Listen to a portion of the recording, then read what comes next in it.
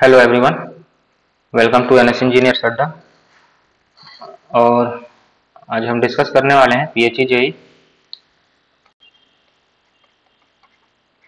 2025 इसके पेपर के बारे में आज हम लोग डिस्कस करेंगे और देखेंगे कि कौन सा क्वेश्चन एग्जाम में बनने लायक था और कौन सा क्वेश्चन जो है वो हम छोड़ सकते थे, है ना। क्योंकि एग्जाम में जैसे ही हम बैठते हैं तो हमारा मानसिकता रहता है इसके पहले हुए एग्जाम और उस एग्ज़ाम में कितना कट ऑफ गया था, है ना। और लास्ट में जो भी 2-3 एग्ज़ाम हुए उसे कट ऑफ को माइंडसेट में रखते हुए हम एग्ज़ाम में बैठते हैं कि ये अटेम्प्ट हमारे लिए सेफ अटेम्प्ट होगा।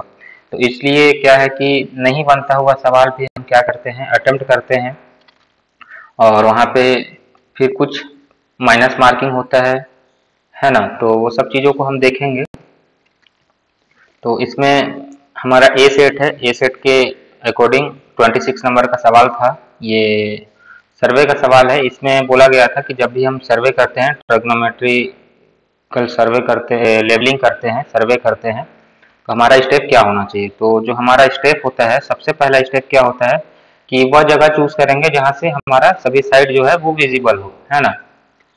जब भी हम स्टाफ को रखें अपना, तो स्टाफ विजिबल होना चाहिए। स्टाफ विजिबल होगा तभी हम रीडिंग ले पाएंगे। तो सबसे पहला स्टेप होता है कि हम अपने स्टाफ को देखेंगे, है ना। उसके बाद स्टाफ को देख सकते हैं, ऐसा विजिबल पॉइंट देखेंगे। विजिबल पॉइंट देखने के बाद इसमें जैसे ही विजिबल पॉइंट देखे, उसके बाद विजिबल पॉइंट देखने के बाद फिर हम दूसरे नंबर पे क्या करेंगे, हम अपना इंस्ट्रूमेंट को सेटअप करेंगे। अब हमारा इंस्ट्रूमेंट सेटअप हो गया। अब इंस्ट्रूमेंट हमारा सेटअप हो गया। इंस्ट्रूमेंट सेटअप होने के बाद measure the horizontal distance and vertical angle accurately to to each target point from your setup location. अब क्या करते हैं हम लोग, यहाँ पे स्टाफ को रखते हैं। स्टाफ को रखने के बाद फिर हम क्या करते हैं, यहाँ से यहाँ तक का डिस्टेंस को मेजर करते हैं। डिस्टेंस को मेजर करने के बाद फिर हम यहाँ से साइट करते हैं और साइट करने के बाद यहाँ पे जो भी एलिवेशन है ना, वो एलिवेशन हम कैसे कैलकुलेट करेंगे, यहाँ से हमारा एंगल मिलेगा। तो यहाँ से हमारा एंगल मिल जाता है। ये तीसरा स्टेप है। उसके बाद एंगल मिल जाने के बाद फिर हम क्या करेंगे, जो टेन थीटा का यूज करेंगे, है ना। जो टेन थीटा का यूज होता है, लंब अपॉन आधार, है ना।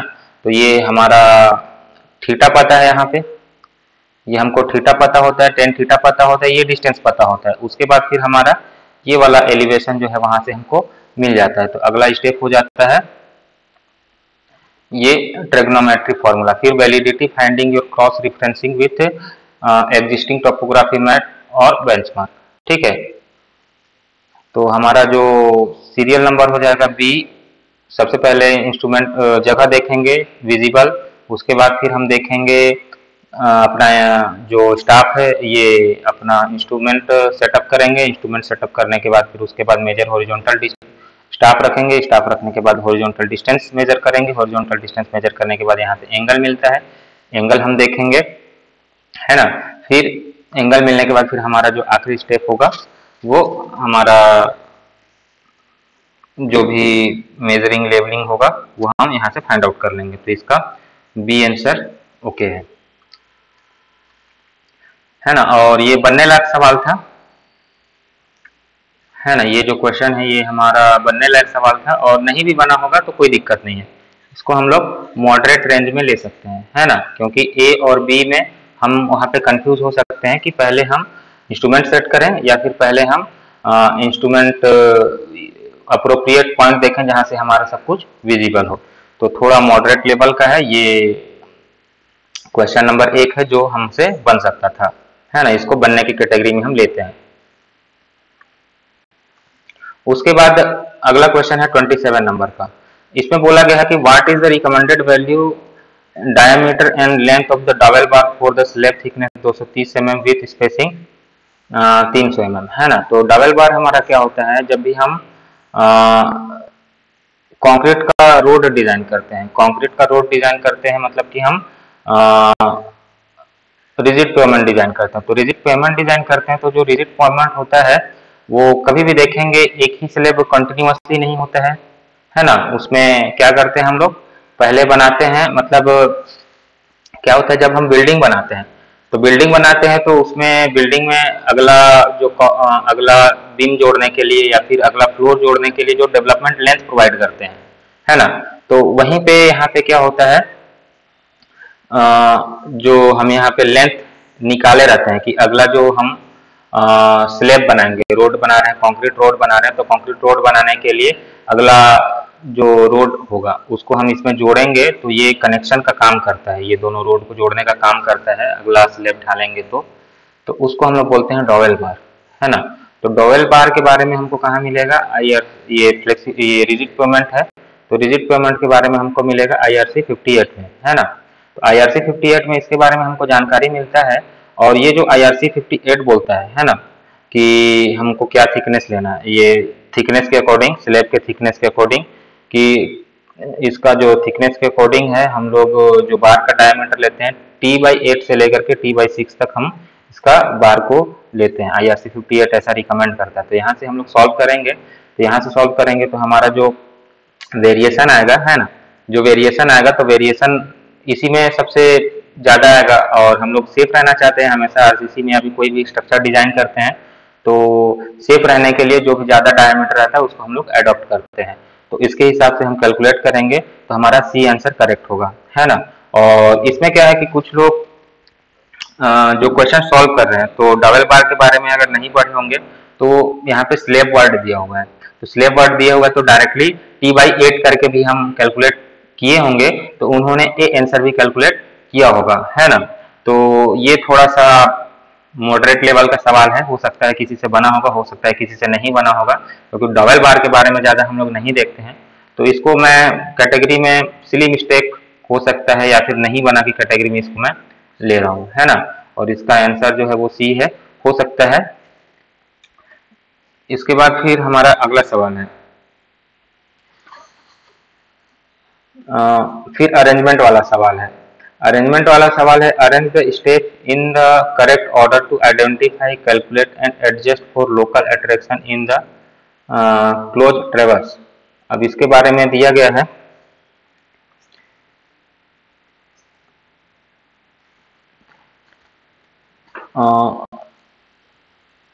लोकल अट्रैक्शन के बारे में। तो इसका जो आंसर हो जाएगा 28 का, arrange the step in the correct order to identify, calculate and adjust for the local attraction in the closed traverse। जब हम क्लोज ट्रेवर्स करते हैं, ये हमारा ट्रेवर्सिंग होता है ना। तो जैसे ही हम ट्रेवर्सिंग करते हैं तो ट्रेवर्सिंग करने के बाद हम लोग क्या करते हैं, उसको चेक करते हैं, समेशन ऑफ ये कंटिन्यू हम लोग आगे जाते हैं, है ना। Four bearing plus back bearing, है ना। तो four bearing minus back bearing, इसका जो डिफरेंस होता है ना, फोर बियरिंग और बैक बियरिंग का, तो ये 180 डिग्री होना चाहिए, है ना। यहाँ से भी देख रहे हैं और हमको यहाँ से देखें होल सर्कल बियरिंग, तो ये वाला, तो ये दोनों को जब हम माइनस करते हैं ना तो ये वैल्यू जो है वो हमारा 180 डिग्री आना चाहिए। अगर 180 डिग्री नहीं आता है तो वहाँ पे लोकल अट्रैक्शन का इफेक्ट होता है। और लोकल अट्रैक्शन होता क्या है कि जब हम ये कंपास सर्वे करते हैं तो कंपास सर्वे करने के टाइम पे जो हमारा चुंबक है वो क्या है, इधर उधर डिफ्लेक्ट हो जाता है, ड्यू टू वहाँ पे जो आयरन का पोल लगा होता है, लोहा का बिजली का खंभा होता है, या फिर मोबाइल का टावर के लिए वो लगे होते हैं, मोबाइल के टावर लगे होते हैं, है ना। ऐसा बहुत सारा चीज जो होता है, या फिर वहाँ पे कोई बड़ा फैक्ट्री है, या फिर हो सकता है वहाँ पे किसी चीज का इंडस्ट्री है ना। तो इंडस्ट्री है तो वहाँ पे क्या है कि आयरन के कोई भी स्ट्रक्चर हो सकते हैं, तो आयरन के स्ट्रक्चर होने की वजह से वहाँ पे जो नीडल है ना वो डिफ्लेक्ट होता है। तो डिफ्लेक्ट होता है जिसकी वजह से जो हमको फोर बियरिंग बैक बियरिंग का जो डिफरेंस है वो 180 डिग्री दिखना चाहिए, वो नहीं दिखता है। तो नहीं दिखता है तो वही उस जगह को हम लोग बोल देते हैं कि लोकल अट्रैक्शन है ना।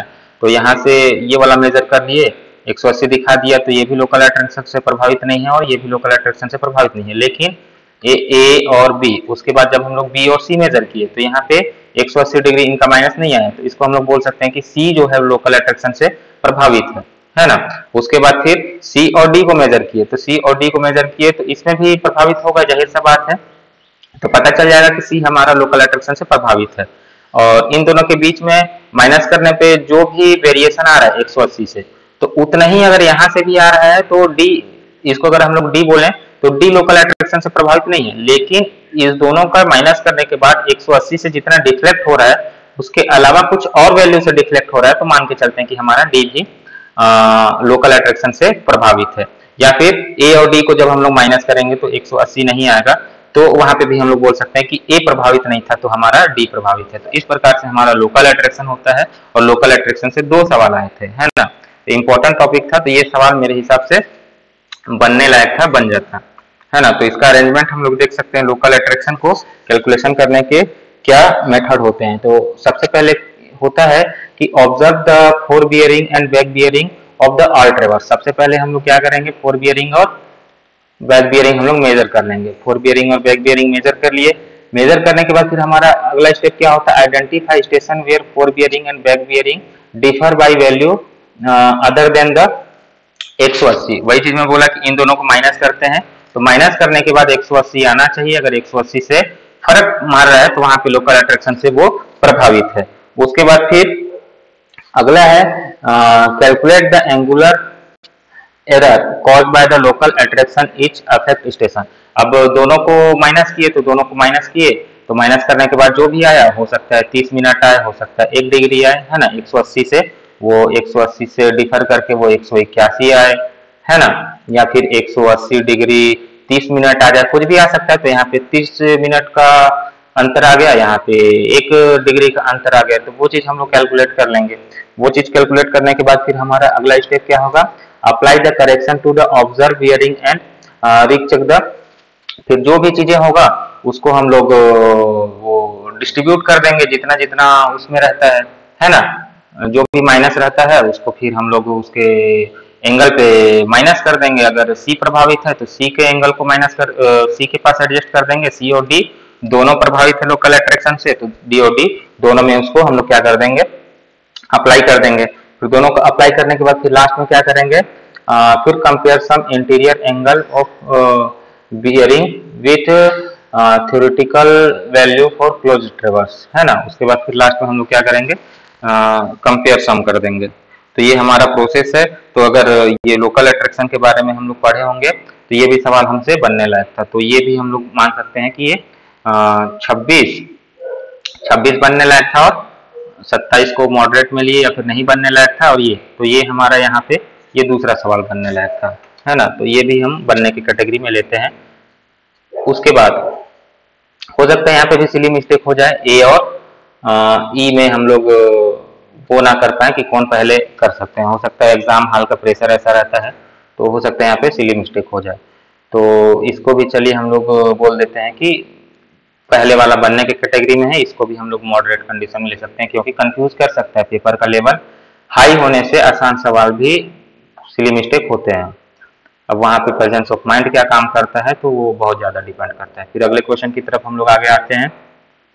अगला क्वेश्चन 29 नंबर का क्वेश्चन बोलता है the property of fresh concrete in which the water in the mix tend to rise the surface while placing and compacting is called, है ना। जैसे भी हम लोग कंक्रीटिंग करते हैं तो उसमें वाइब्रेटिंग करते हैं, है ना, या फिर कॉम्पैक्टिंग वाइब्रेटिंग करके करते हैं। तो जब एक्सेसिव पानी इसमें से बाहर आने लगता है ना, एक्सेसिव पानी बाहर आने लगता है तो उसको हम लोग बोलते हैं ब्लीडिंग, है ना। ये बहुत आसान है। और जब उसमें से गिट्टी बाहर आने लगे तो उसको बोलते हैं हम लोग सेग्रीगेशन, है ना।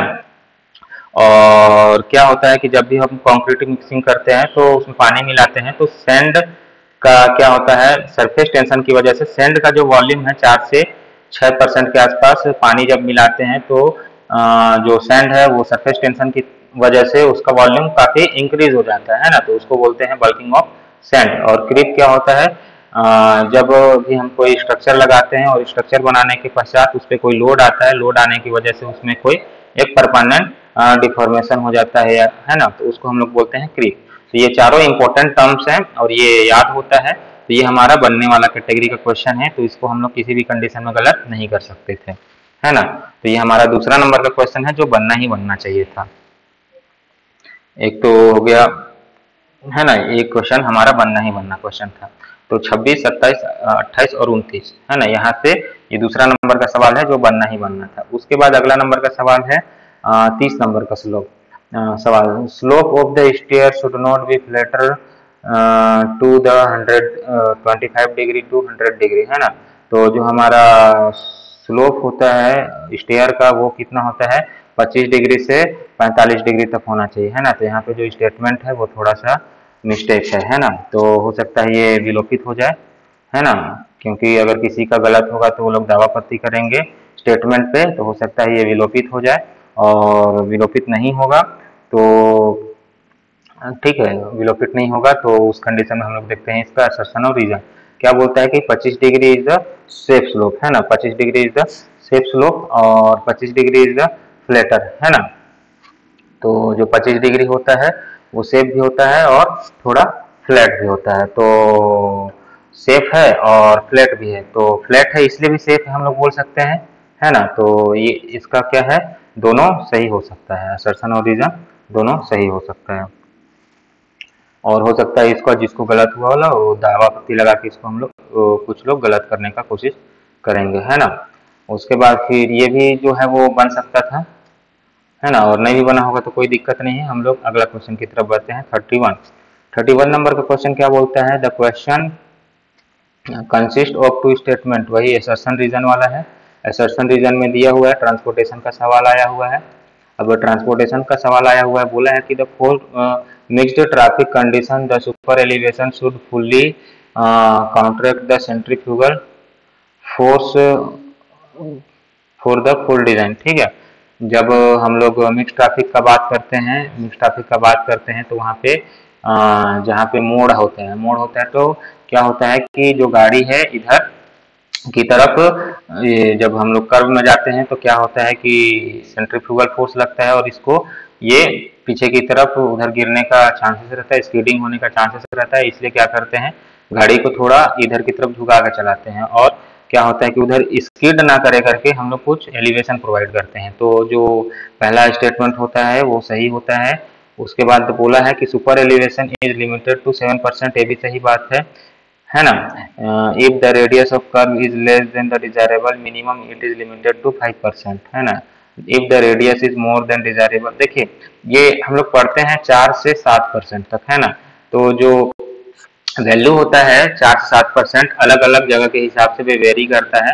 तो हम लोग इसको भी हम लोग सही मान के चलते हैं, है ना। तो ये और ये दोनों सही है। और क्या है कि जो सुपर एलिवेशन प्रोवाइड करते हैं वो मिक्स्ड, ये क्या होता है, सेंट्रीफ्यूगल फोर्स को कम करने के लिए ही हम लोग सुपर एलिवेशन प्रोवाइड करते हैं। तो दोनों स्टेटमेंट सही है और ये क्या है कि उसका करेक्ट एक्सप्लेनेशन भी है। तो इसका जो 31 नंबर का है वो हो जाएगा ए नंबर, है ना। तो ये भी बनना चाहिए, है ना, ये भी बनने के कैटेगरी में है। और हो सकता है ज़्यादा जगह पे हम लोग 4% देखते हैं तो कुछ लोग इसको गलत भी किए होंगे, तो इसको भी हम लोग मान सकते हैं कि चलो ये सिली मिस्टेक होता है ना। इस टाइप की चीज़ें जो है एग्जाम में थोड़ा बहुत दिक्कत करता है। उसके बाद फिर अगला क्वेश्चन है 32 नंबर का क्वेश्चन है, arrange the following road development plan in India, है ना। तो जैसे ही हम लोग ट्रांसपोर्टेशन शुरू करते हैं सबसे पहले हम लोग पढ़ते हैं नागपुर रोड प्लान, है ना। इसका अरेंजमेंट था, तो ये तो ऑलमोस्ट सभी को याद ही होगा कि कौन कौन सा कब आया था। नागपुर रोड प्लान सबसे पहले आया था, उसके बाद फिर हमारा आया था लखनऊ, ये बॉम्बे रोड प्लान आया था। बॉम्बे रोड प्लान आने के बाद फिर लखनऊ रोड प्लान आया था, उसके बाद फिर हमारा रीजन आया। तो उसके हिसाब से हमारा जो सी आंसर सही होता है ना। तो ये सबको याद होगा, इसमें बहुत ज़्यादा एक्सप्लेनेशन का जरूरत नहीं है। और इसका अगर किसी को डेट याद करना हो तो वो डेट भी याद कर सकते हैं, है ना। बाकी डेट तो नहीं पूछता है। ये 1943 में आया था आईआरसी, ये 1937 में कंडक्ट हुआ था आईआरसी, उसके बाद ये आया हुआ था, है ना। तो ये डेट याद रखने का जरूरत नहीं है ना। सबसे पहले कौन आया था, ये सब चीजें एग्जाम में आने लायक है, आगे के लिए भी इम्पोर्टेंट है ना। ये भी बनने लायक था। तो ये बनने लायक सवाल में क्या हो जाएगा, ये हमारा तीसरा नंबर का सवाल है जो बनने लायक था, बनना ही बनना था, है ना। यहाँ पे हम लोग गलती नहीं कर सकते थे। फिर अगला है 33 नंबर का क्वेश्चन। 33 नंबर का क्वेश्चन 33 नंबर का क्वेश्चन में देखेंगे, इसमें टेस्ट दिया हुआ है। टेस्ट दिया है, टेस्ट देने के बाद फिर इधर क्या दिया हुआ है कि कौन सा अपरेटस यूज करते हैं, है ना। तो फाइननेस टेस्ट हम लोग कैसे करते हैं, फिर क्या यूज करते हैं उसके बारे में यहाँ पे दिया गया है। तो सबसे पहला दिया हुआ है फाइननेस टेस्ट। तो फाइननेस टेस्ट के लिए हम लोग क्या करते हैं, फाइननेस नाम से ही पता चल रहा है कि हम लोग यहाँ पे क्या करते हैं, पार्टिकल साइज की हम लोग बात कर रहे हैं, है ना। और कंसिस्टेंसी कैसे मेजर करते हैं, तो कंसिस्टेंसी और इनिशियल सेटिंग टाइम, है ना। कंसिस्टेंसी और इनिशियल सेटिंग टाइम हम लोग विकेट अपैरेटस से निकालते हैं, वो करते हैं ना। इसमें प्लंजर को डालते हैं initial setting time, final setting time, और कंसिस्टेंसी के लिए प्लंजर को डालते हैं।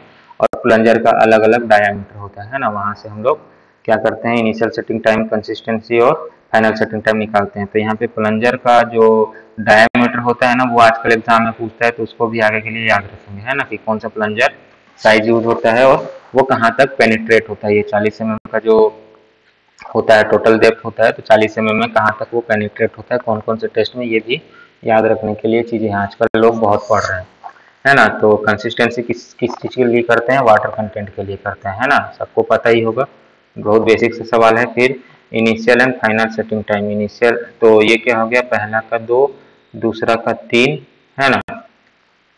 फिर उसके बाद बोला गया है initial and final setting time, तो इनिशियल और फाइनल सेटिंग टाइम,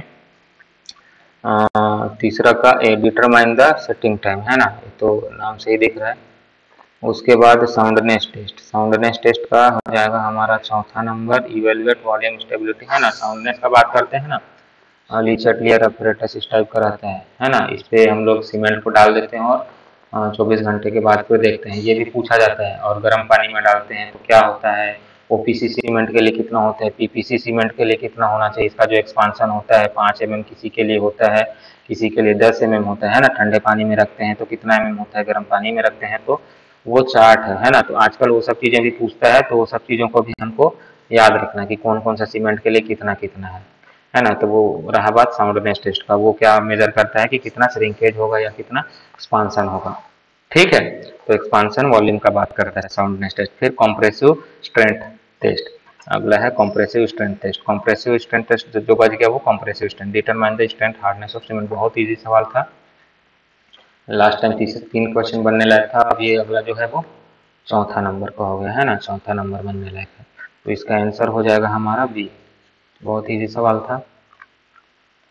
फिर 34 नंबर का सवाल है, अकॉर्डिंग द प्यूब थ्योरी। प्यूब थ्योरी सभी लोग जानते हैं, सबसे पहले परसेप्शन, है ना, ये तो दिया हुआ है। फिर आई के बाद, उसके बाद आई है, तो उसके बाद आई, उसके बाद ई है, तो उसके बाद ई, उसके बाद ई के बाद बी है, तो बी। तो कंटिन्यूस दिया हुआ है, इसका सी आंसर, ये भी बनने लायक सवाल था, नंबर ऑफ 5। तो ये सवाल गलत हम लोग कर ही नहीं सकते थे एग्जाम में, है ना। उसके बाद फिर हमारा अगला सवाल है, which of the following true for traffic forecasting. तो ट्रैफिक फोरकास्टिंग हम लोग पढ़े नहीं होते हैं, है ना, ट्रैफिक फोरकास्टिंग हम लोग पढ़े नहीं होते हैं, तो ट्रैफिक फोरकास्टिंग हमारा पढ़ा हुआ नहीं है। तो ट्रैफिक फोरकास्टिंग नहीं पढ़ा है तो ये नहीं बना होगा, तो कोई दिक्कत नहीं है। इसके लिए हमने आंसर कैलकुलेट किया था,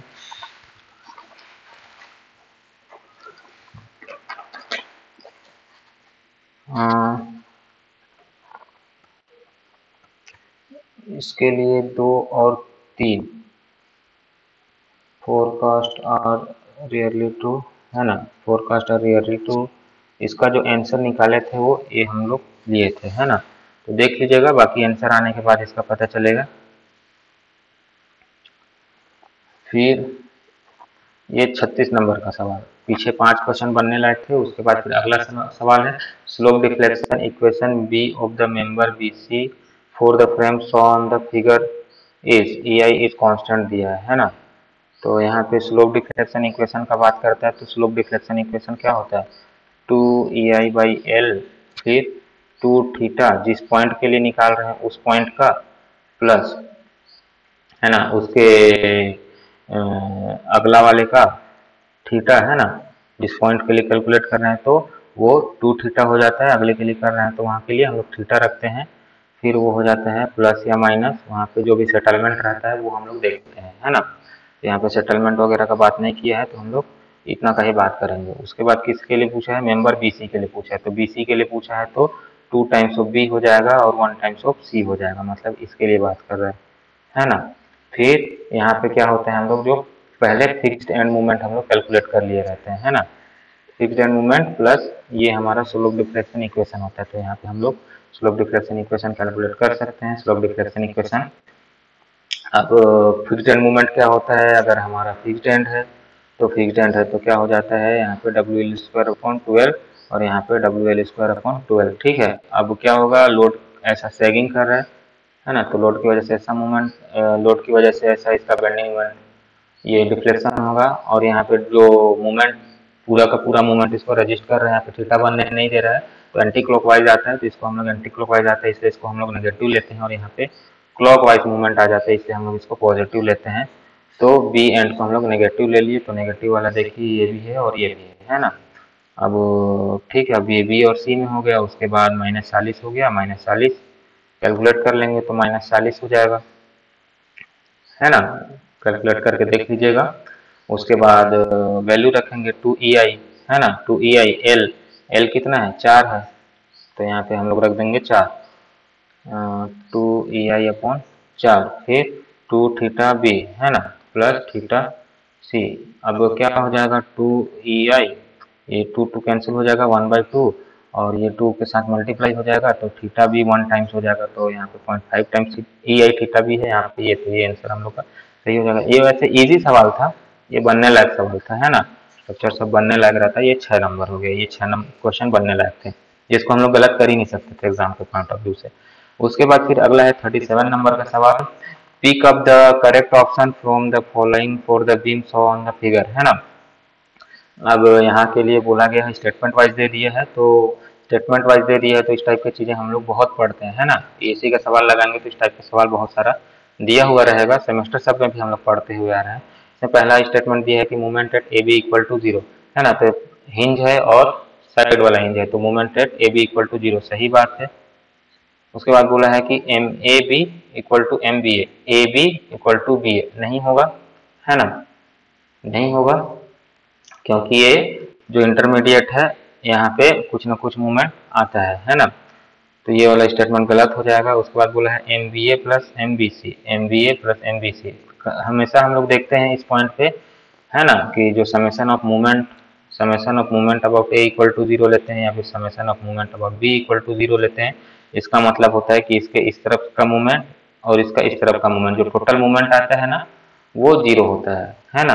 कोई भी लोड आता है तो हमेशा देखेंगे, जो भी लोड आता है तो स्ट्रक्चर सैगिंग हगिंग करते रहता है, तो वहाँ पे उस पॉइंट पे क्या होता है, डिफ्लेक्शन को रोकता है, या फिर जो भी चीज़ें रहता है वो क्या करता है, उसको काउंटरैक्ट करता है, और मूवमेंट क्या है बड़ा, वो एक साइड में पॉजिटिव और एक साइड में नेगेटिव उतना उतना ट्रांसफर हो जाता है। तो हमेशा क्या होता है, उस पॉइंट पे समेशन ऑफ मूवमेंट = 0 होता है, तो ये और ये सही हो जाएगा। उसके बाद movement of C = 0, movement of C = 0 नहीं होगा, क्योंकि यहाँ पे फिक्स्ड एंड है, तो यहाँ पे जो भी लोड आएगा तो उसको वो रोकेगा, है ना। मूवमेंट = 0 का मतलब होता है ना, वहाँ पे मूवमेंट इक्वल टू 0 मतलब कि वहाँ पे थीटा आएगा, कुछ ना कुछ रोटेशन आएगा। Movement is not equal to 0 का मतलब होता है कि वहाँ पे रोकने के लिए, रजिस्ट करने के लिए कुछ ना कुछ चीज़ें हैं, है ना। जैसे कि ये सिंपली सपोर्टेड हो जाता है, तो सिंपली सपोर्टेड हो जाता है, यहाँ पे कोई भी लोड आता है तो इसका जो डिफ्लेक्शन शेप होता है वो ऐसा होता है, मतलब यहाँ भी थीटा बनता है, यहाँ भी थीटा बनता है, उसको रोकने के लिए कुछ भी नहीं है ना, तो वहाँ भी थीटा बनता है, वहाँ भी थीटा बनता है। उसके बाद मूवमेंट नॉट इक्वल टू 0 मतलब फिक्स्ड टाइप का रहता है, मतलब ऐसे उसका शेप बनता है, तो यहाँ पे देखेंगे कि ये चिपका के रखता है, कुछ ना कुछ वहाँ पे मूवमेंट जनरेट होता है, उसको थीटा बनने नहीं देता है ना, तो वहाँ पे उस पॉइंट पे मूवमेंट जनरेट होता है, तो उसी को मूवमेंट इक्वल टू 0 और मूवमेंट नॉट इक्वल टू 0 का कॉन्सेप्ट हम लोग पढ़ते हैं। बाकी स्ट्रक्चर में इसको बहुत डिटेल में हम लोग पढ़े हैं, अभी उतना समय नहीं है डिटेल में पढ़ने के लिए, हम लोग सॉल्यूशन देख रहे हैं, तो सॉल्यूशन की तरफ बढ़ते हैं। तो इसका आंसर हो जाएगा कौन कौन सा सही है, ए सही है और सी सही है, तो ए और सी, हाँ पहला ए नंबर इसका सही हो जाएगा।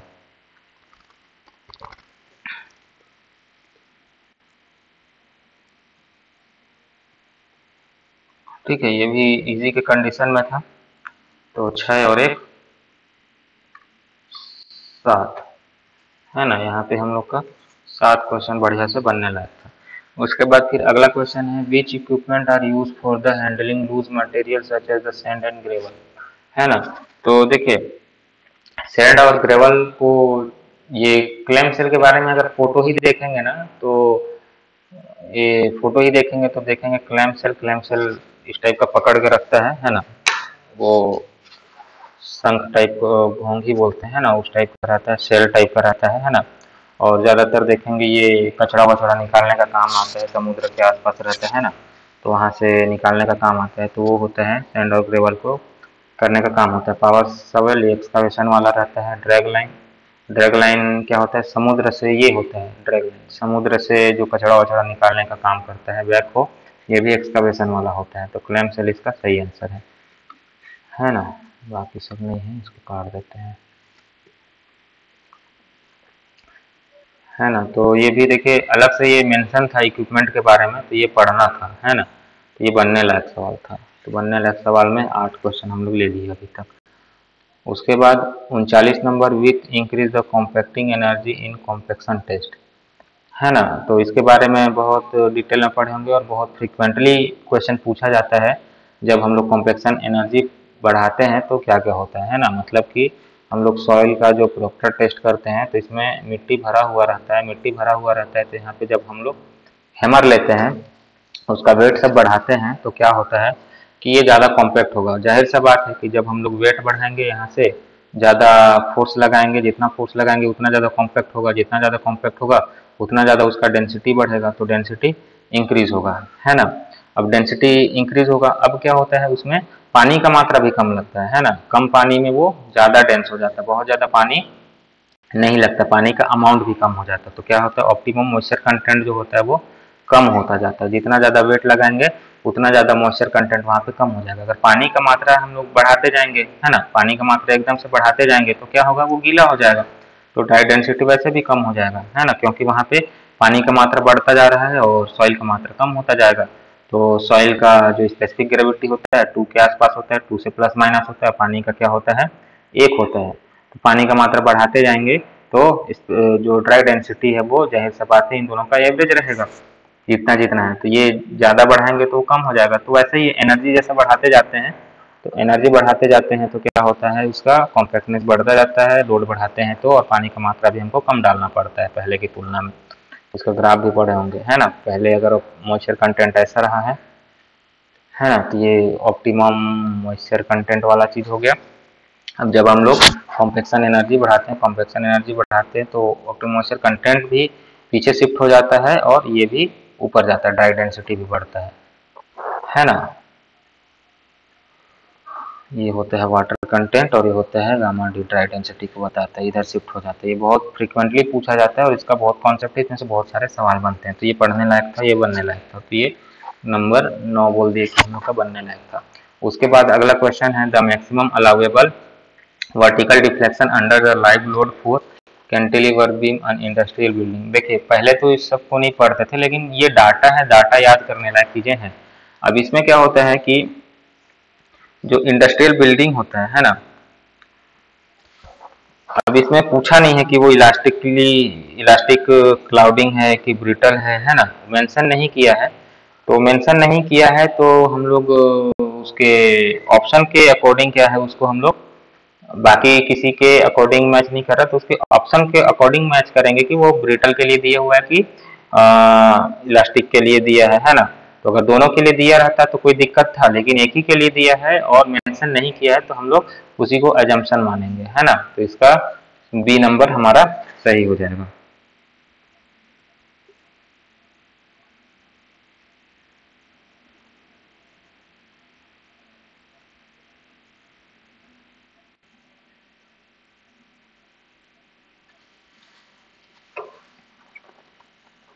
इसके बाद फिर हम लोग आगे बढ़ते हैं 41 में।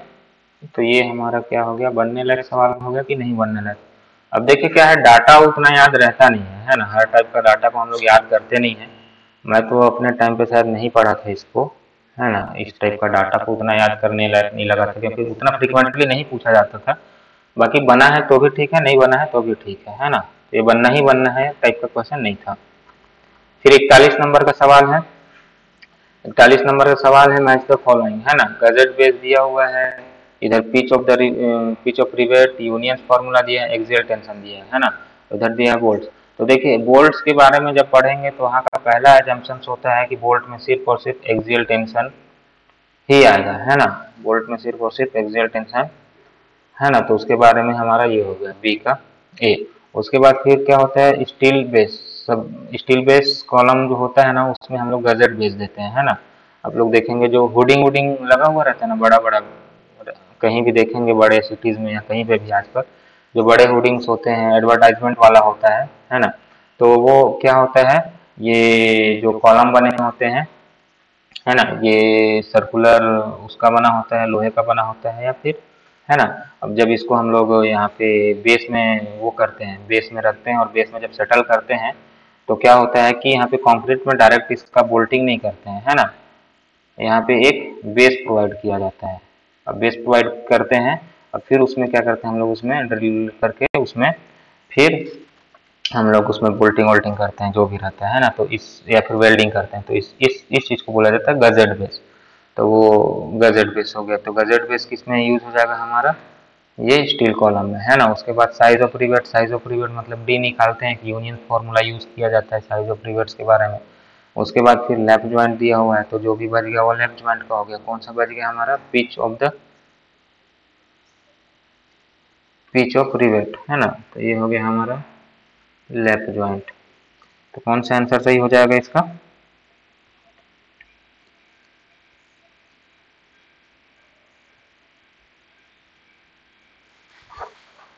गजेट बेस का स्टील कॉलम पहला का दूसरा, एक पहला का दूसरा, है ना। उसके बाद पिच का लेफ्ट ज्वाइंट दूसरा का, ये एक्सियल टेंशन हो गया लेफ्ट ज्वाइंट का। यूनियन फॉर्मूला हो गया साइज ऑफ द रिवेट का, pitch of rivet, pitch of rivet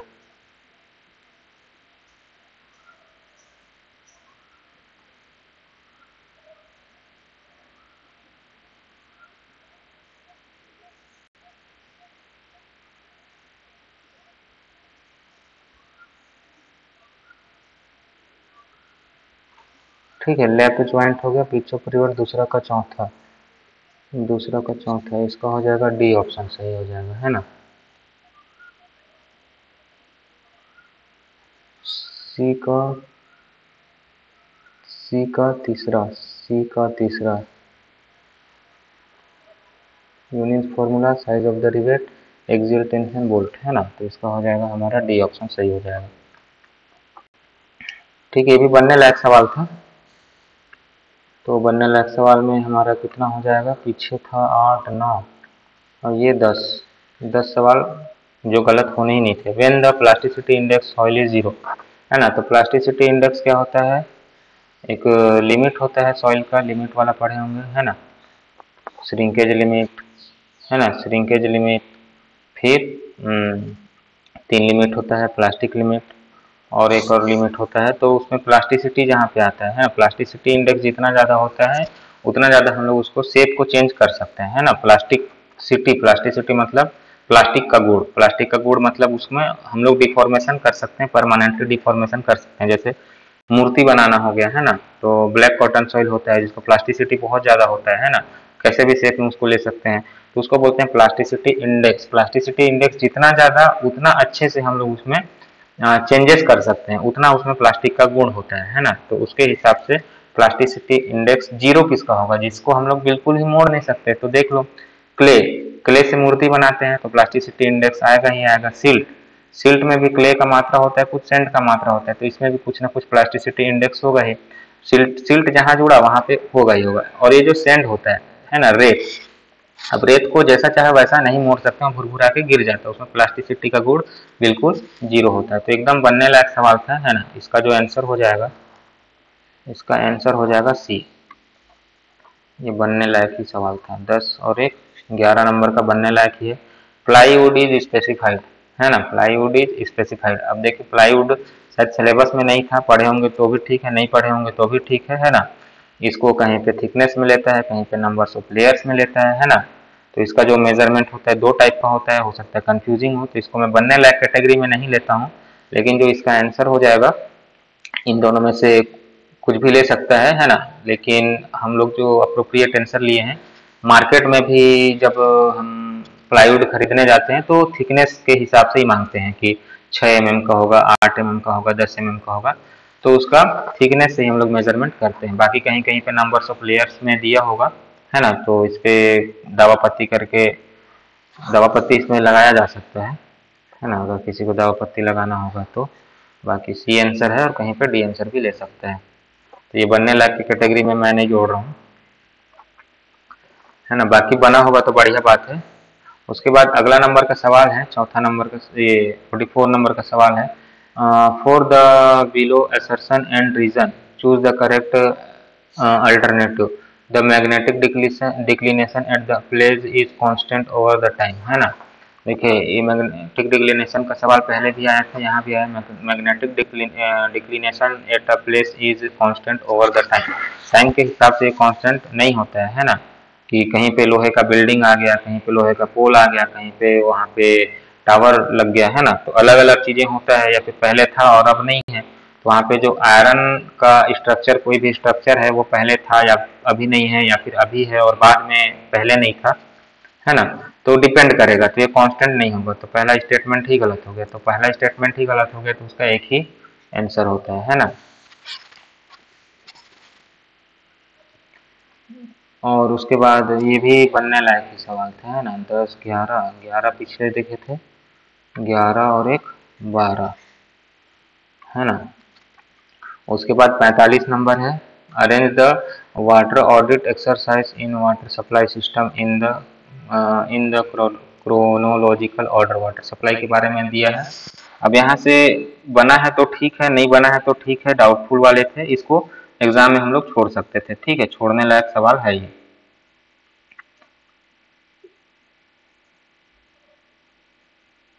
ठीक है, ये छोड़ने लायक सवाल है। अब इसको स्टेटमेंट को पढ़ते हैं, है ना, कि development to the assembly the proper, सभी चीज़ को पढ़ेंगे ना, तो सभी चीज़ को पहले पढ़ेंगे, तो पढ़ने के बाद ये दिखेगा कि preparation of worksheet and sample calculation to each step of the water audit to conduct the water audit water distribution system and accounting practice the. चलिए, इसको मैं हिंदी में पढ़ा था तो हिंदी में मैं बता देता हूँ, है ना। पहले क्या था कि जल वितरण प्रणाली और जल लेखांकन प्रथाओं आदि का जल लेखा परीक्षण और सत्यापन, जल लेखा के प्रत्येक नमूना गणना की तैयारी करना, ठीक है। सबसे पहले हम लोग क्या करेंगे, गणना की तैयारी करेंगे, है ना, टेस्ट के लिए। अब टेस्ट के लिए तैयारी किए, उसके बाद फिर उसका रिपोर्ट बनाएंगे, है ना। चौथा, तीसरा रिपोर्ट बनाएंगे। रिपोर्ट बनाने के बाद फिर उसको हम लोग क्या करेंगे, उसको मीटरिंग और बिलिंग परिचालनों में पहचान करना, आदेशों की वसूली करना, है ना। ये तीसरा हो गया, फिर चौथा हो गया, ये तीसरा, फिर चौथा, एक ही ऑप्शन में दिया है, सॉरी, चौथा पहले हो जाएगा, चौथा फिर तीसरा। तो उसके हिसाब से ये ऑप्शन मैच कर रहे हैं ना, चौथा फिर तीसरा। सी नंबर का ऑप्शन ज़्यादा मैच कर रहा है 2 ऑप्शन देखने के बाद, तो अगला हम लोग नहीं देख रहे हैं। बाकी क्या है कि इसका जो है ना, मॉडल आंसर आएगा और व्यापम क्या लेता है उसके ऊपर डिपेंड करता है। बाकी बना होगा तो ठीक है, नहीं बना होगा तो ठीक है। ये टफ क्वेश्चन की कैटेगरी में आता है। जनरली इस टाइप की चीज़ें हम लोग नहीं पढ़े थे, नया सवाल था, है ना, एग्जाम के लिए। उसके बाद आगे हम लोग देखते हैं 47 नंबर का, फॉलोइंग द बियरिंग। देखिए, बैक बियरिंग और फोर बियरिंग, यहाँ पे मैग्नेटिक डिक्लिनेशन से ना 4 सवाल, 3-4 सवाल आए हुए थे और चारों तीनों बनने लायक थे, जिसका मैग्नेटिक डिक्लिनेशन बढ़िया होगा, है ना। Magnetic declination observe while the traversing with the compass, है ना। तो यहाँ पे दिया हुआ है which station are not affected by the local attraction.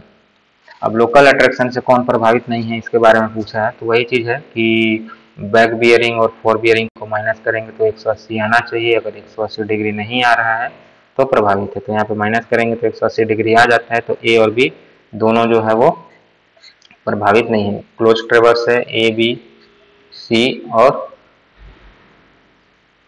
A, D. एक क्लोज ट्रेवर्स है ए, बी, सी और बी और ए, है ना, क्लोज ट्रेवर्स ए, बी, बी, सी और सी, डी और डी। ए और बी दोनों प्रभावित नहीं है ना। और बी सी को जब माइनस करेंगे तो कुछ अंतर आता है, तो कुछ अंतर आता है तो सी हमारा प्रभावित है, बी प्रभावित नहीं था। और डी और सी को जब माइनस करेंगे ना तो बी और सी को माइनस करने के बाद 180 से जो डिफरेंस आ रहा था सेम डिफरेंस आ रहा होता तो डी लोकल अट्रैक्शन से प्रभावित नहीं होता, लेकिन उसके अलावा जो डिफरेंस आ रहा है तो ये भी लोकल अट्रैक्शन से प्रभावित होगा। या फिर डी और ए को माइनस करेंगे तो अगर 180 आ जाता तो लोकल अट्रैक्शन से प्रभावित नहीं था, अगर नहीं आ रहा है तो डी भी प्रभावित है। तो दोनों को माइनस करके हम देखें तो दोनों को माइनस करके देखने के बाद दिखा कि ए और बी क्या है, लोकल अट्रैक्शन से प्रभावित नहीं है। बीसी में भी माइनस डिफर कर रहा है, इसमें भी डिफर कर रहा है और इसमें भी डिफर कर रहा है, मतलब सी और डी जो है लोकल अट्रैक्शन से प्रभावित है। तो क्या हो जाएगा सी और डी, इसका आंसर हो जाएगा सी और डी। फिर अगला है arrange the following step involve in the plane table surveying in the correct order. ये भी जो है वो बनने लायक कैटेगरी में था, है ना। 12 के बाद ये 13 नंबर का सवाल था, ये बनने लायक कैटेगरी में था। उसके बाद है 48 number, arrange the following steps involve in the plane table surveying in the correct sequence. देखिए बनने लायक है कि बनने लायक नहीं है इसलिए मैं बोल रहा हूँ क्योंकि एग्जाम में बैठते हैं तो बहुत सारी चीजें हमको लगता है कि ये मेरे से बनना चाहिए लेकिन नहीं बन रहा है, वो एग्जाम हॉल में होता है ना। लेकिन जब बाहर आके देखेंगे या किसी से डिस्कस करेंगे तो पता चलेगा किसी से नहीं बना है, तो फिर लगता है कि हाँ मैं फोकट ही एग्जाम हॉल में टेंशन ले रहा था या फिर ले रही थी, है ना। ये सब चीजें होता है जब हम लोग प्रैक्टिस कम किए रहे हैं या फिर प्रैक्टिस में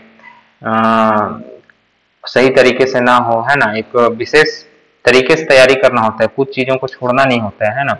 जैसे पीछे हम लोग देखे ट्रैफिक फोरकास्टिंग वाला, वहां पे देख के हो सकता है किसी को नया लगा होगा जो बढ़िया से तैयारी किया होगा या तो वैसे उसको आसानी से छोड़ दिया होगा। लेकिन क्या है कुछ लोग क्या करेंगे उसमें कि बढ़िया से तैयारी नहीं होगा या फिर ट्रैफिक नहीं पढ़ा होगा तो उनको क्या लगेगा कि नहीं ये आसान क्वेश्चन होगा या फिर आलो वेबा मार देते हैं या ये मार देते हैं, है ना। आसान क्वेश्चन उसको सोचेंगे, है ना, जो ट्रैफिक टॉपिक को नहीं पढ़ा होगा या फिर ट्रैफिक को छोड़ दिया होगा, है ना। तो और वैसे ट्रैफिक था भी नहीं सिलेबस में, लेकिन बहुत सारे एग्जाम में रहता है तो पढ़े हुए रहते हैं तो पता रहता है कि हम क्या पढ़े और क्या नहीं पढ़े। इसलिए एग्जाम की तैयारी करना है एकदम टू द पॉइंट, सिलेबस को नहीं देखना है, उस सब्जेक्ट्स को देखना है कि उस सब्जेक्ट्स में क्या क्या चीजें हैं, है ना। तो उस सब्जेक्ट्स को फॉलो करना है और सब्जेक्ट्स को फॉलो करते हुए ईएससी एसएससी का जब प्रीवियस ईयर देखेंगे तो उस सब्जेक्ट का कुछ टॉपिक होते हैं, है ना, उसके सब टॉपिक होते हैं, चैप्टर्स के जो टॉपिक्स होते हैं उस पर्टिकुलर टॉपिक से ही ज्यादा सवाल आता है ना। तो वो सब चीजें डिपेंड करता है तैयारी में, तो कैसे तैयारी करना है, क्या तैयारी करना है ना। तो वो सब धीरे धीरे डिस्कस करेंगे हम लोग, है ना। और जो इम्पोर्टेंट टॉपिक्स है उसका भी कोशिश करेंगे कि कुछ न कुछ वीडियो डालें, है ना। अगला सवाल देखते हैं हम लोग, arrange the following step involve in the plane table surveying in the correct sequence. अब बोला है कि प्लेन टेबल का अरेंजमेंट हम लोग कैसे करते हैं, है ना। तो अरेंजमेंट वाला है ना, तो अरेंजमेंट वाला चीजें तो हम लोग नहीं पढ़ते हैं लेकिन हम लोग फील्ड पे काम किए हैं, सेमेस्टर टाइम पे किए हैं तो कुछ याद होगा तो ठीक है, नहीं होगा तो ठीक है ना। दो ऑप्शन में कंफ्यूजन रहता है शुरू के 2 स्टेप्स में कि क्या चीज हमको पहले करना है। तो जब भी हम लोग प्लेन टेबल सर्वे करते हैं तो प्लेन टेबल सर्वे करते हैं तो सबसे पहले क्या करते हैं हम लोग इसको सेटअप करते हैं प्लेन टेबल को, है ना। प्लेन टेबल को सेटअप कर दिए, वहां पे रख दिए, रखने के बाद फिर उसको हम लोग क्या करते हैं, यहाँ पे सेंटर होता है उसको सेंटरिंग कर देते हैं कि बाद में कहीं जरूरत पड़े तो उसी सेंटर से हम लोग रेफरेंस लें, है ना, कि यहाँ पे हम लोग का सेटअप था। तो सबसे पहले हम लोग क्या करते हैं, सबसे पहले करते हैं setting of the plane table, fix the plane table on tripod and the level tripod. ठीक है, सबसे पहले प्लेन टेबल को हम लोग ट्राइपॉड में रखते हैं। उसके बाद फिर हम लोग क्या करते हैं, उसके बाद करते हैं सेंटरिंग कर देते हैं। उसके बाद फिर हम लोग क्या करते हैं, सेंटरिंग कर दिए, जब दूसरी बार या फिर कुछ मिस्टेक हो गया तो दूसरी बार जब हमको यहाँ पे इसी पॉइंट पे प्लेन टेबल को सर्वे रखना होगा तो इस पर्टिकुलर सेंटर पॉइंट को हमको लेके चलना है कि यहीं पे हमारा सेटअप था, है ना। तो उसके बाद फिर हम लोग दूसरे नंबर पे इसको करते हैं। फिर तीसरे नंबर पे हम लोग क्या करते हैं, orientation align the plane table with respect to the previous station और रेफरेंस डायरेक्शन। ठीक है, तीसरे नंबर पे ये होता है। फिर चौथे नंबर पे क्या हो जाएगा हमारा, रे स्केचिंग यूज द एलिडेट, है ना। जो प्लेन टेबल देखेंगे तो इस पे एक एलिडेट रहता है, एलिडेट को सेटअप करते हैं, सेटअप करने के बाद फिर एलिडेट से हम लोग उस पॉइंट को देखते हैं, उस पॉइंट को देखते हैं, उसके बाद फिर इस ग्राफ में हम लोग प्लॉट करते हैं, है ना। फिर ग्राफ में प्लॉट करने के बाद फिर इसका लास्ट में हम लोग कैलकुलेशन करते हैं, है ना। तो इस हिसाब से हमारा चीज़ें होता है। तो अरेंजमेंट हो जाएगा, सबसे पहले हम लोग प्लेन टेबल को रखते हैं, प्लेन टेबल को रखने के बाद फिर उसका सेंटरिंग करते हैं, सेंटरिंग करने के बाद फिर हम लोग उसको एलिडेट सबको रखते हैं, एलिडेट से देखते हैं, उसके बाद आखिरी स्टेप क्या होता है हमारा, उसका कैलकुलेशन करना होता है। उसके बाद अगला सवाल है, ये भी बना तो ठीक है, नहीं बना तो ठीक है ना, इसमें पैनिक होने का बात नहीं है। उसके बाद 49 नंबर का है, the compressive strength about the clay brick as per the 1077/1996 is given below, है ना। अब ये IAS कोड तो हम लोग पढ़ते नहीं है, है ना। अगर आपने PYQs लगाया होगा, है ना, तो उसका बहुत सारे सॉल्यूशंस में बर्न क्ले ब्रिक दिया होगा, बर्न क्ले ब्रिक के बारे में अगर पढ़े होंगे तो ठीक है, नहीं पढ़े होंगे तो ठीक है, सही हुआ होगा तो ठीक है, नहीं हुआ होगा तो ठीक है, बहुत ज़्यादा डाटा याद नहीं रहता है। Generally first class brick, second class brick और थर्ड क्लास ब्रिक के बारे में ज़्यादा डिटेलिंग में हम लोग पढ़े हुए रहते हैं। लेकिन आजकल समय मिल रहा है, कंटेंट भी बहुत ज़्यादा हो जा रहा है, हर एग्जाम्स के बारे में हम लोग देख रहे हैं, तो हो सकता है इस टाइप की चीज़ों को भी पढ़ें, है ना। लेकिन फिर भी मैं इसको नहीं बना तो कोई दिक्कत नहीं है, पैनिक होने का बात नहीं है ना। तो इसका जो आंसर है वो हो जाएगा डी, इस कोड के हिसाब से, है ना। अब ये कोड जो है वो चेंज हुआ है, तो कहीं कहीं पे इसका स्ट्रेंथ को भी हम लोग चेंज करते हैं, तो इसका जो आंसर हो जाएगा वो हो जाएगा डी। उसके बाद हमारा 50वां क्वेश्चन है, 25-25 के 3 शिफ्ट में हम लोग पूरा डिस्कस करेंगे, है ना, क्या बनना चाहिए क्या नहीं बनना चाहिए। फिर अगला सवाल है, for the designing of lacing of the built up column design step in the sequence are, है ना। जब हम लोग लेसिंग ऑफ बिल्ट अप पर, जब हम लोग लेसिंग पढ़ते हैं, लेसिंग डिजाइन करते हैं, लेसिंग मतलब होता है जो ओवरब्रिज सब बनता है, देखे होंगे ओवरब्रिज बनता है, तो ओवरब्रिज बनता है तो वहाँ पे लोहे का स्ट्रक्चर होता है ना। जैसे जनरली हम लोग घर बनाते हैं, है ना, तो घर में हमारा स्लैब ढलाई होता है, तो घर में स्लैब ढलाई होता है तो नीचे बांस रखते हैं या फिर लोहे का पाइप रखते हैं। वो जब हम लोग जो उसका सेंटरिंग करते हैं, है ना, शटरिंग करते हैं, है ना, जो भी शटरिंग होता है प्लाईवुड का, तो प्लाईवुड को हम लोग क्या करते हैं, प्लाईवुड को वहाँ पे स्टेबल रखने के लिए, और प्लाईवुड के ऊपर जब कंक्रीटिंग होगा नीचे क्या करते हैं, बांस रखते हैं। लेकिन वहीं पे बड़े स्ट्रक्चर डिजाइन होते हैं, जैसे कि आप ओवर ब्रिज का बात करेंगे, ओवर ब्रिज देखेंगे तो वहाँ पे जो स्पान रखते हैं या फिर वहाँ पे जो स्लैब ढलाई होता है, तो वहाँ पे जो नीचे रखा जाता है इस बांस के जगह पे, उसको बोलते हैं लेसिंग, उसको बोलते हैं बिल्टअप कॉलम, है ना, उसको बोलते हैं बिल्टअप कॉलम। तो बिल्टअप कॉलम होता है, ये दो प्रकार का होता है, एक लेसिंग होता है और एक बैटनिंग होता है। तो बैटनिंग में ऐसे ऐसे स्ट्रेट स्ट्रेट रहता है ना। और जब लेसिंग होता है, तो लेसिंग होता है तो क्या होता है कि वो कुछ इंक्लिनेशन में होता है। अब इंक्लिनेशन में होता है या फिर इस पे दो टाइप का लेसिंग होता है, एक सिंगल लेसिंग, एक सिंगल सिंगल सिंगल होता है ऐसा डायरेक्ट डायरेक्ट, और एक होता है इस टाइप का, है ना, सिंगल, और एक होता है डबल डबल टाइप का, ऐसे ऐसे, है ना, सिंगल बैटनिंग बोलते हैं, और एक होता है डबल बैटनिंग, सॉरी ये बैटनिंग तो सीधा सीधा हो गया, लेसिंग होता है सिंगल बार के साथ और एक डबल बार के साथ। तो अब इसमें जब डिजाइनिंग करते हैं तो हमारा स्टेप क्या होता है उसको हम लोग देख लेते हैं। तो सबसे पहले क्या होता है, जो हम लोग का कॉलम का जो साइज होता है ना, वो फिक्स्ड रहता है कि कितना चौड़ा हमको लेना है ना। अब कॉलम का साइज फिक्स होता है तो सबसे पहले हम लोग क्या करते हैं, इंक्लिनेशन को फिक्स कर देते हैं कि किस इंक्लिनेशन में हमको लेके चलना है ना, इसी के हिसाब से फिर चीज़ें डिजाइन होगा। अब इंक्लिनेशन हम लोग फिक्स कर दिए कि इसको 40 डिग्री लेना है कि 70 डिग्री लेना है ना, इसका रेंज होता है 40 डिग्री से 70 डिग्री। तो यहाँ से फिर हम लोग कर दिए इसका इंक्लिनेशन सेट। तो सबसे पहले हम लोग क्या करते हैं, उसका इंक्लिनेशन को सेट करते हैं, select the angle of the inclination, सबसे पहले इंक्लिनेशन को सेट कर दिए। अब इंक्लिनेशन को सेट कर दिए तो क्या हो गया हमारा, इस कॉलम का जो डायमेंशन है वो फिक्स्ड रहता है, तो फिक्स्ड रहता है तो अगला हमारा क्या हो जाएगा, उसका लेंथ को कैलकुलेट हो गया। इंक्लिनेशन फिक्स किए, इसका डायमेंशन फिक्स है तो यहाँ से यहाँ तक का लेंथ निकल गया, तो दूसरा में क्या हो जाएगा, उसका लेंथ निकल जाता है। अब लेंथ को हम लोग क्या करते हैं, इफेक्टिव लेंथ के टर्म्स में लेते हैं, क्योंकि वहाँ पे हमको slenderness ratio, radius of gyration वाला चीजें, है ना, सब चीजें हमको जरूरत रहता है, तो हम लोग उसको इफेक्टिव लेंथ कैलकुलेट करते हैं, है ना। तो दूसरा स्टेप हमारा क्या हो जाएगा, लेंथ कैलकुलेट करना, calculate the carrying load calculate length and spacing. दूसरा नंबर में क्या हो जाएगा, पहला का सी, दूसरा का बी, एक ही ऑप्शन दिख रहा है सी नंबर, है ना। अगर आगे का बात किया जाए तो फिर इसके बाद फिर क्या हो जाएगा, लेंथ कैलकुलेट कर लिए, लेंथ कैलकुलेट करने के बाद अगला ई बोल रहा है ना, कैलकुलेट विड्थ एंड थिकनेस। अब इसका साइज फिक्स होता है, पहले एंगल कैलकुलेट किए, एंगल रखने के बाद हमको पता चल गया कि कितना हमारा लेंथ आ रहा है। लेंथ आने के बाद फिर हम लोग क्या करेंगे, इसका रेडियस ऑफ गायरेशन और थिकनेस वगैरह के हिसाब से हम लोग इसका क्या करेंगे कि कितना चौड़ा लेना है और कितना मोटा लेना है ना। तो हम लोग उसका डायमेंशन निकाल लिए पूरा। अब ये लगा दिए, है ना। अगला क्या किए, calculate the width and thickness, है ना। अब हमारा ये पूरा चीज निकल गया कि कितना लंबा रहना है और कितना उसका थिकनेस रहना है ना, कितना एंगल रहना है, ये तीनों चीजें निकल गया। अब लोड का बात आता है, अब लोड कैलकुलेट करते हैं। तो लोड करें capacity of the lacing bar, उसके बाद फिर हम लोग लोड कैलकुलेट करते हैं, इसमें शियर स्ट्रेंथ निकालते हैं ना, क्योंकि इस पे अब इस टाइप का लोड आएगा तो लोड निकालने के लिए इसमें शियर निकालेंगे, है ना।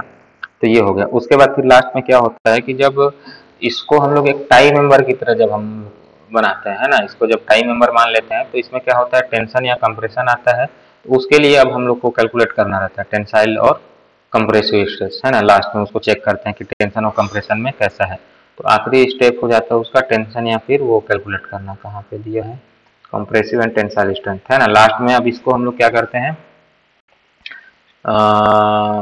टाई बार मान लेते हैं। तो इस टाइप का इसका सीक्वेंस हो जाएगा, है ना। सबसे पहले हम लोग क्या किए, एंगल के बाद इसका डायमेंशन फिक्स रहता है तो लेंथ निकल गया, लेंथ निकलने के बाद इसका विड्थ और थिकनेस निकाल लिए, विड्थ और थिकनेस निकालने के बाद इसमें जो भी लोडिंग आना है वो लोड कैलकुलेट कर लिए,